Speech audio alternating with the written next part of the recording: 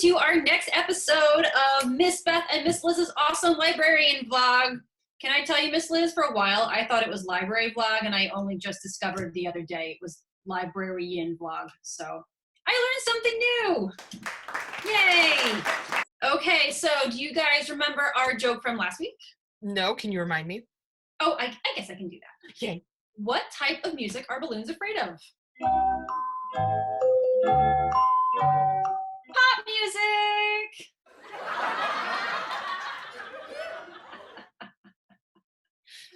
Oh, we're hysterical. We love that. Mm-hmm. Okay, because as you know, Miss Liz and I are a little obsessed about what backgrounds we do every week. Just like a little bit. We don't spend too much time talking about it, just like a few hours, but it's fine. Like a day. Who can guess what our backgrounds have in common this week? So hint, our backgrounds are super magical. And we're going to be talking about it later. Yep. In a reference. Let us know if you can figure out what it is, because we're not going to tell you. Nope. But if you guess in the comments, we'll tell you there. Yes, we will. We're not that cruel. Only once again, a little bit.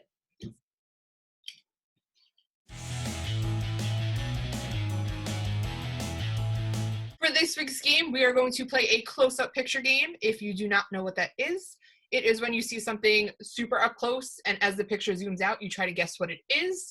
Miss Beth and I are going to show you 5 different items. You guys can play along in the comments. Let us know what you think they are, and we will tell you as each picture zooms out what it is. Sound like a good plan?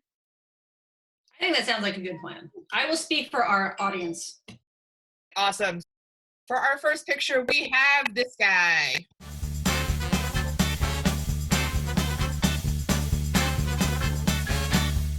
Can you tell what it is? It's a puppy! I love puppies. Who doesn't love puppies? They're great. Next up, we have...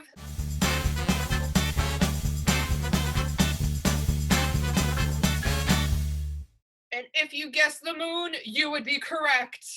Yay! Now we have...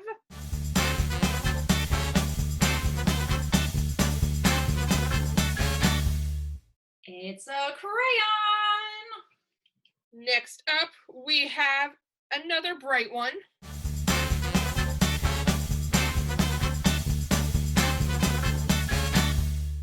It's a sunflower. And last up, we have...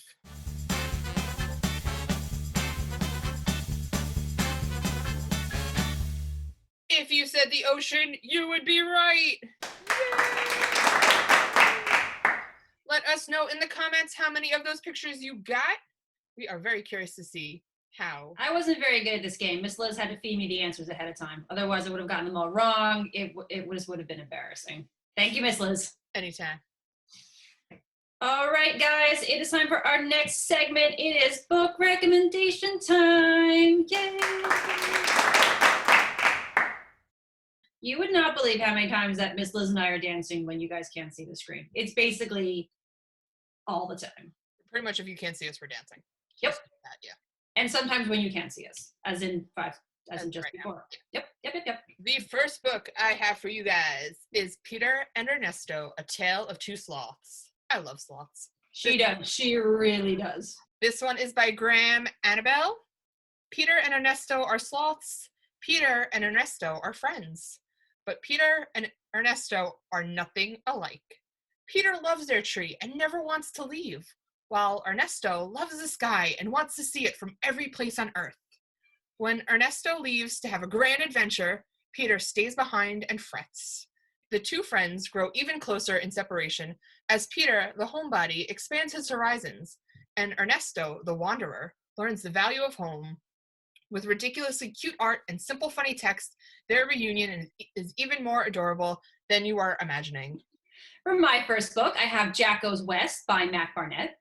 Jack and the lady take the train west to visit a dude ranch. One night, there's a bank robbery next door and Jack is pegged as the bandit. But thanks to Jack's new rope tricks, the real robber is caught and Jack leaves the Wild West a free rabbit with a big secret. Ooh, I want to know what that secret is. Keeping the mystery alive, the next book I have for you guys is The Detective's Assistant by Kate Hannigan. 11-year-old Nell Warren arrives on her aunt's doorstep lugging a heavy sack of sorrows. If her Aunt Kate rejects her, it's the miserable home for the friendless. Luckily, Canny Nell makes herself indispensable to Aunt Kate, and not just by helping out with household chores, for Aunt Kate is the first ever female detective employed by the legendary Pinkerton Detective Agency, and Nell has a knack for the kind of close listening and bold action that make Pinkerton detectives famous in Civil War-era America. With huge nation-changing events simmering in the background, Nell uses skills new and old to uncover truths about her past and solve mysteries in the present. Based on the extraordinary true story of Kate Warren, this fast-paced adventure recounts feats of daring and danger, including saving the life of Abraham Lincoln. For my second book, I have The Queen Bee and Me by Gillian McDunn, and I actually just finished this one, and I really liked it. Meg has always found comfort in her best friend Beatrix's shadow. Self-assured Beatrix is the one who makes decisions, and the girls have been a pair since kindergarten. But middle school has brought some changes in Beatrix, especially when Meg tries to step outside of her role as sidekick. A special assigned selective is Meg's first step away, but when she's paired with quirky new girl Hazel, Beatrix steps in to stake her claim on Meg. Meg is taken aback at how mean Beatrix can be, and how difficult it is to stand up to her friend. But as Meg gets to know Hazel while working on their backyard beehive project, she starts to wonder, is being Beatrix's friend worth turning down the possibility of finding her own voice? Next up, I have Frazzled, Everyday Disasters and Impending Doom. This is the first book in the Frazzled series by Bookie Vivat. Meet Abby Wu. She's about to start middle school, and she's totally in crisis. Abby Wu is in crisis, and not just because she's stuck in a family that doesn't quite get her, or because the lunch ladies at school are totally corrupt, and because everyone seems to have a thing except her. Abby Wu is in crisis always. Heavily illustrated and embarrassingly honest, Frazzled dives right into the mind of this hilariously neurotic middle school girl as she tries to figure out who she is, where she belongs, and how to survive the everyday disasters of growing up. With Abby's flair for the dramatic and natural tendency to freak out, middle school has never seemed so nerve-wracking. Packed with hilarious black and white illustrations and doodles throughout, Frazzled takes readers through Abby Wu's hysterical middle school adventures. I can definitely relate to that. Oh my god, I remember reading it, and I was just like, this book is my life. This sounds like me. I need to read this book. Yes, and if you guys enjoy Diary of a Wimpy Kid or Dork Diaries, this is right up there. Perfect. Put that in my to-read list right now. All right, for my next book, I have Chicken Squad by Doreen Cronin of Diary of a Worm, Diary of a Spider fame. I know, who doesn't like that book? Nobody. They're darling, they're daring, they know their shapes. They're chicks on a mission, and on this, their first misadventure, the Chicken Squad launches a galactic backyard expedition. Meet the Chicken Squad, Dirt, Sugar, Poppy, and Sweetie. These chicks are not your typical barnyard puffs of fluff, and they are not about to spend their days pecking chicken feed and chasing bugs. No, sir. They're too busy solving mysteries and fighting crime. So when Squirrel comes barreling into the chicken coop, the chicks know they're about to get a case. But with his poor knowledge of shapes, big is not a shape squirrel, and utter fear of whatever it is that's out there, the panicky squirrel is no help. Good thing these chicks are professionals, but even professionals are worried, especially once they see that round, shiny, big green thing in the backyard. What if it's a UFO full of aliens who want chickens as pets? It's up to the Chicken Squad to crack the case that just might be out of this world. What's the green thing? What's the green thing? Can't tell you. Remember how we spoke about no spoilers during our vlog time? I know, but I want to know, which means I'm going to have to read it. Yeah. It's a quick read, though, and it's super funny. All right, cool. I'm going to check out the Chicken Squad. Mm-hmm. And while I'm checking out the Chicken Squad, you guys can check out my last pick. Ooh, nice segue. Thank you. The Whiz Mob and the Grenadine Kid by Colin Malloy. This book is, if you imagine the invention of Hugo Cabret meets Oliver Twist, this is what this book is. It is an ordinary Tuesday morning in April when bored, lonely Charlie Fisher witnesses something incredible. Right before his eyes, in a busy square in Marseille, a group of pickpockets pulls off an amazing robbery. As the young bandits appear to melt into the crowd, Charlie realizes with a start that he himself was one of their marks. Yet Charlie is less alarmed than intrigued. This is the most thrilling thing that's happened to him since he came to France with his father, an American diplomat. So instead of reporting the thieves, Charlie defends one of their cannons, Amir, to the police under one condition: he teach Charlie the tricks of the trade. What starts off as a lesson on pinches, kicks, and chumps soon turns into an invitation for Charlie to join the secret world of the Whiz Mob, an international band of child thieves who trained at the mysterious school of the Seven Bells. The Whiz Mob are independent and incredibly skilled and make their own way in the world. They are everything Charlie yearns to be. But what at first seems like a relatively harmless new pastime draws him into a dangerous adventure with global stakes greater than he could have ever imagined. Can you give me a dun dun dun button on my computer somewhere? Because all of these have this really good like cliffhanger endings. I always want to press it. Dun dun dun. Cool. Okay, for my last book, I have Crooked Sixpence by Jennifer Bell. Now, do you miss Harry Potter books? Because I know I do. I know Miss Liz does. And I bet you do too. Because this is a perfect like next read if you like Harry Potter. I would definitely recommend it, which is why I'm recommending it. When their grandmother Sylvie is rushed to the hospital, Ivy Sparrow and her annoying big brother Seb cannot imagine what adventure lies in store. Soon their house is ransacked by unknown intruders, and a very strange policeman turns up on the scene, determined to apprehend them with a toilet brush. Ivy and Seb make their escape only to find themselves in a completely uncommon world, a secret underground city called Londonor, where ordinary objects have amazing powers. There are belts that enable the wearer to fly, yo-yos that turn into weapons, buttons with healing properties, and other enchanted objects capable of very unusual feats. But the forces of evil are closing in fast, and when Ivy and Seb learn that their family is connected to one of the greatest uncommon treasures of all time, they must race to unearth the treasure and get to the bottom of the secret before it's too late. I know, very exciting. And there is actually also a sequel out to this book already. So you can find out what happens after the first book. Yes. I mean, I don't know about you guys, but you had me at if you like Harry Potter or if you miss Harry Potter. So I'm in. Okay, the next time I want you to read anything, I'm going to have to remember to say that no matter what it's about. It could be about plants. It'd be like totally like Harry Potter. Just trust me on this one. There's a nonfiction book on sea creatures, but it's really like Harry Potter. You just got to read it to the end to figure out what happens. Trust me on this one. Connect the dots on your own. I think we have come to that time of the week. After the books, after the games, it is time for 5-minute scavenger hunt! All right, so as we've done every week leading up to this, we have 5 items that you will have 5 minutes to try to find. If you find them, drop us a picture in the comments below. I am going to try to play along this week with you guys. I did not pre-find these items, I promise you. And you guys can look at the comments for what my picture is going to be. Feel free to join me. Or if you don't have a camera, you guys can just let us know in the comments what you found. Sound like a plan? That sounds like a good plan, Miss Liz. Perfect. So for this week, you are going to find a shoe. You guys are going to find a doll or action figure. You are going to find a pair, which means 2, of dice. You're going to find something with 3 or more colors on it. And you are going to find your favorite movie. So like a DVD copy of your favorite movie? It could be a DVD copy of your favorite movie. It could be a book with your favorite movie on the cover. Ooh. If you watch it on a streaming service, you could just take a picture of it on the streaming service.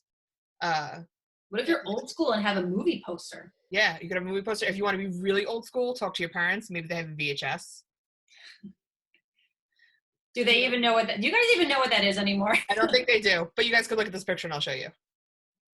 Pretty much anything that has your favorite movie on it is fair game. As with all of our scavenger hunts, whatever you interpret it as is what I want to see. I think that's the fun part, is everybody takes things a different way.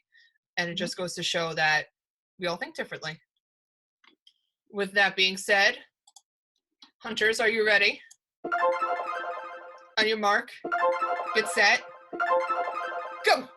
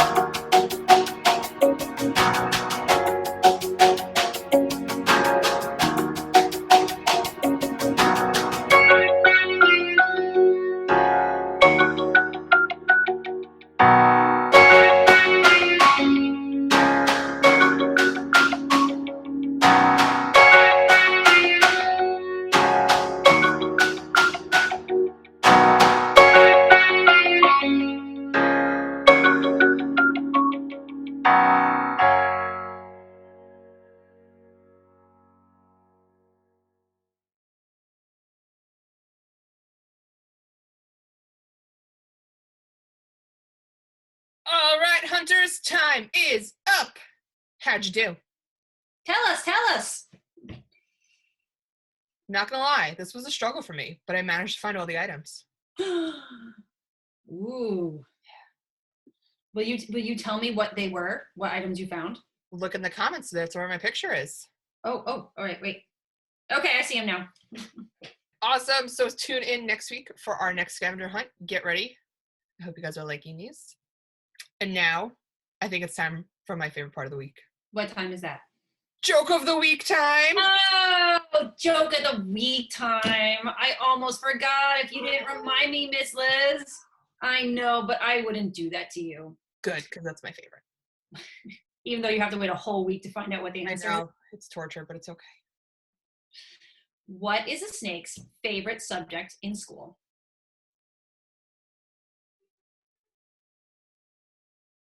All right, thank you guys so much for tuning in to this week's Miss Beth and Miss Liz's awesome librarian vlog. Yay!